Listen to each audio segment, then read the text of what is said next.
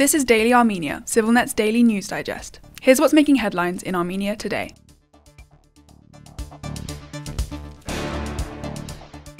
US President Donald Trump will host Armenian Prime Minister Nikol Pashinyan and Azerbaijani President Ilham Aliyev at the White House on Friday, in a renewed push to broker a normalization deal between the two countries, the Washington Post reported today, citing two senior White House officials. The meeting, first reported by Washington-based journalist Alex Ralfoglu earlier on Monday, is said to be part of Trump's wider efforts to mediate international conflicts and bolster his foreign policy credentials. A senior administration official, speaking on condition of anonymity due to the sensitive nature of the negotiations, told the Post that a peace agreement between Armenia and Azerbaijan was possible and that the upcoming talks could be pivotal. According to the report, Trump is expected to meet both leaders separately on Friday. The meeting was also confirmed by the Armenian government today. Its announcement said Pashinyan is set to depart for the US on Thursday. Pashinyan and Aliyev last met in the United Arab Emirates last month for talks, but failed to reach a final agreement.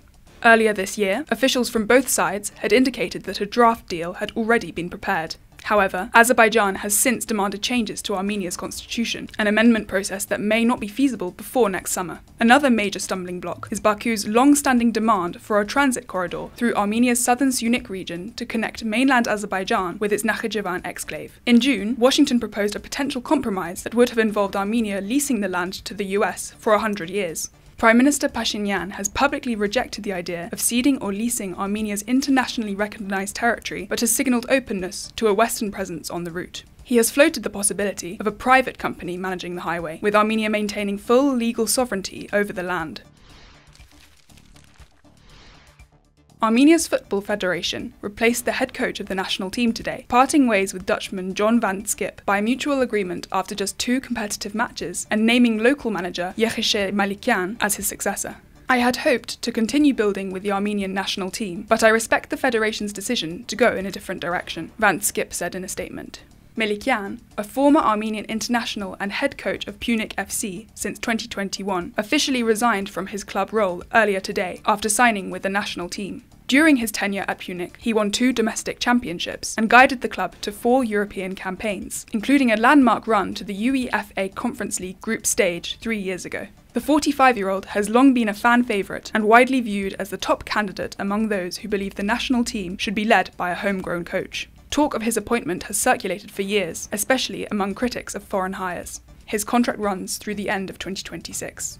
Van Schip, who took charge in February, oversaw Armenia's humiliating 9-1 aggregate defeat against Georgia in the UEFA Nations League playoffs, a crushing loss to the country's regional rival. He failed to win a single match during his short stint, which also included 2 friendlies, and exits as one of the least successful coaches in Armenian national team history. His tenure was also marred by a public falling out with young striker Grant Leon Ranos, who plays his club football in Germany. Van Schip excluded the promising forward from the squad, drawing backlash from fans. With the Dutchman gone, Ranos is widely expected to return to the national team setup. Armenian football is facing one of its deepest crises in years. Fans and clubs alike have been calling for the resignation of the Football Federation's leadership, blaming it for national team failures, mismanagement, a lack of investment appeal, and stagnation in infrastructure development. One of the latest flashpoints was the use of Yerevan's Republican Stadium, the country's only UEFA licensed venue for full international matches, for a Jennifer Lopez concert last weekend. Local reports say the natural pitch was left in abysmal condition, raising serious doubts about whether it will be playable for Armenia's upcoming World Cup qualifiers in early September against Portugal and Ireland.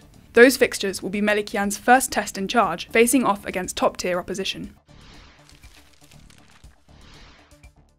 And finally, the CivilNet number of the day is 15.8. That's the share in percent of how much Armenia's electricity was generated by solar power plants in the first half of this year, up by almost 70% compared to the same period last year, according to Armenia's National Statistical Committee. Together with hydropower, which accounted for 27.7%, and a very small contribution from wind turbines, renewables made up 43.5% of the country's electricity mix. This proportion could be even higher, as more businesses and households install solar panels, but experts warn that Armenia's ageing power grid is struggling to keep up with the pace of expansion and lacks the infrastructure to efficiently purchase excess solar energy from producers, slowing the transition to a greener energy system. And as always, please follow CivilNet for the latest news and independent reporting from our contributors on the ground here in Armenia.